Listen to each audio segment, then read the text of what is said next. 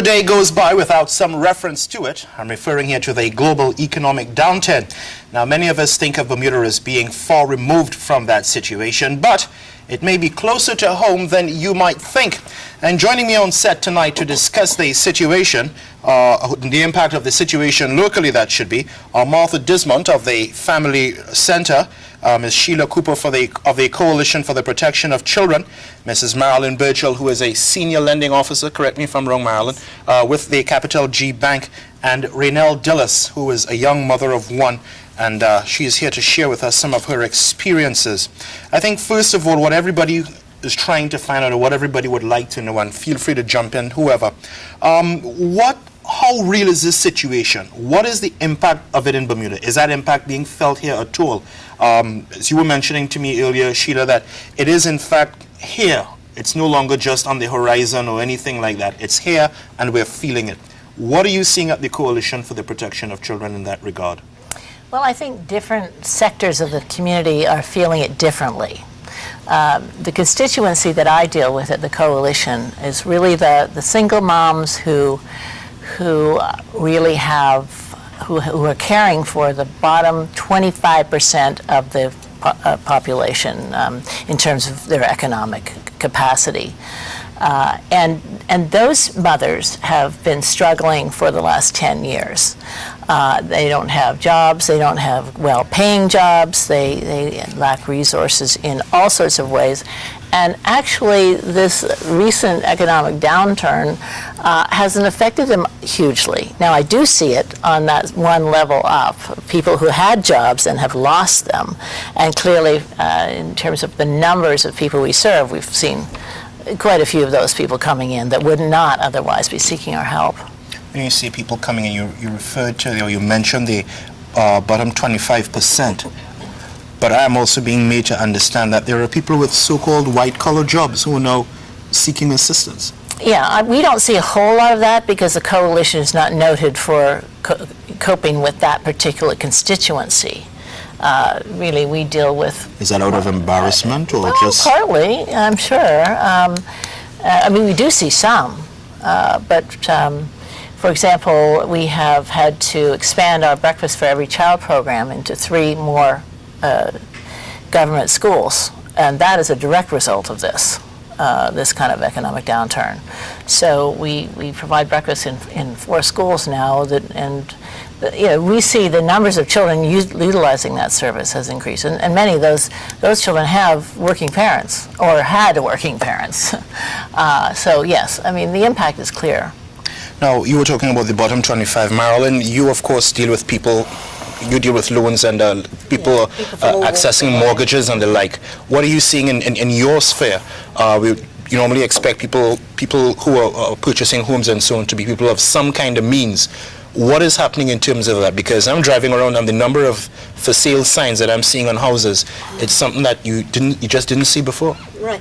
At the beginning of this year, I was beginning to think that Bermuda was actually going to escape the worst part of this recession that's been going on globally. In America, the UK, millions of people are losing their jobs, hundreds of thousands of people are being laid off. So at the beginning of the year, in the summer, I was beginning to wonder, I was as busy as ever, the whole bank's as busy as ever with mortgage applications and people wanting to build on. We've seen an increase in people wanting to add on to their homes rather than a number of mortgages for new homes.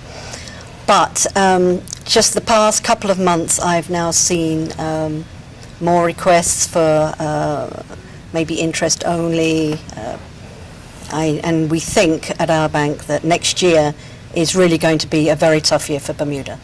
If you look at the construction industry, the hotel industry, I think it's really going to hit everyone in 2010 here in Bermuda. You're going to have, I think, 84 people laid off from Elbow Beach. Closer to 150. Yeah, and I know construction is slowing down. I've had a few of my construction clients coming in saying they may need a bit of help in the future. But the main thing to remember is if you have a loan, before you get into difficulty, call your loan officer, come in and have a discussion. You'll be surprised at what we can do to help. We'll sit with you, go over your finances, Maybe it'll be that we can reduce your payments, extend the loan until you may suddenly lose your job through no fault of your own. You may lose a tenant. So we can sit there and look at your finances, look at what your income and expenses is now, and work out a new plan payment for you. So it's not a question of the bank simply foreclosing Oh, on... no. Also, we can offer you interest only while you're trying to get on your feet. And in rare cases, we will even offer you a payment holiday where you don't make any payments until you get your new job or until you're back on your feet. So you're telling me that the demand for mortgages is slowing down. Contractors are not coming in, or they're telling you that they're having problems. Some of them are slowing down. Some of the smaller contractors, definitely. Yeah. I mean, if you look around, the large buildings are all going to be finishing up soon. There's not going to be any large development in Hamilton, I don't think. Not that I know of. Martha, what about you over at the Family Center? Of course, you're a great advocate for the family situation. What have you been seeing? What impact do you see this having on families in the community here in Bermuda? Well, similarly to what Sheelagh said, the families that we deal with have been experiencing a lot of these problems for a number of years. I think certainly the constituency that Sheelagh works with have seen it for longer, because we tend to have clients who come in who have in the last year or 6 months all of a sudden some issue has arisen, and they've come in because they need the teacher or a doctor or someone has said this family needs help, and it's become a problem. I think the greatest thing we've seen is the increase in demand for services.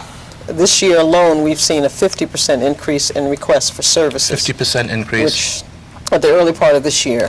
And that is very much about, I think it's a little bit about the recession, but I also think it's about the fact that the recession has exacerbated the issues that families have already had. And so now people are in survival mode and say, I must do something, I need something. And so Bermuda is beginning to reel from the issues in terms of families feeling like they must do something.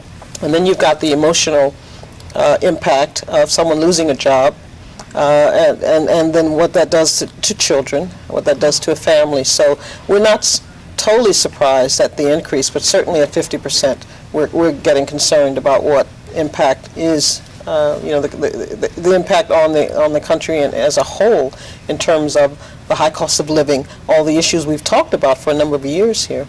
So is that across the board, or again, are we seeing it at the lower levels of the economy? What are we seeing? No, again, the families that we see could be from any walk of life, quite honestly. We tend to see middle income to low income families. But that 50% increase is, it could be someone that has children in work academy in the private system. It's across the board in terms of the requests for services. And also the Family Center has spent a lot of time in the last 6 months advertising and publicizing our services. So we're hoping that people who may have needed the service, who were a little bit timid about asking for it, are now saying, I need to go get help and I know where to go. And so, hopefully those increased calls have come because they know where to get the access to the service that they need. Raynelle, you're a young mother of one. You were telling me earlier that you're living this experience. You know what it's all about. And Yes. It's not that this has just started. It's, as my good friend here was saying, the situation has been exacerbated. It's been made worse for you. What is your reality? Okay, I'm 21 years old. I have a 3-year-old son. And for the past few months, I've been giving out my resumes, and I have a GED certificate, nothing more. But I've been filling out applications, calling back for feedback.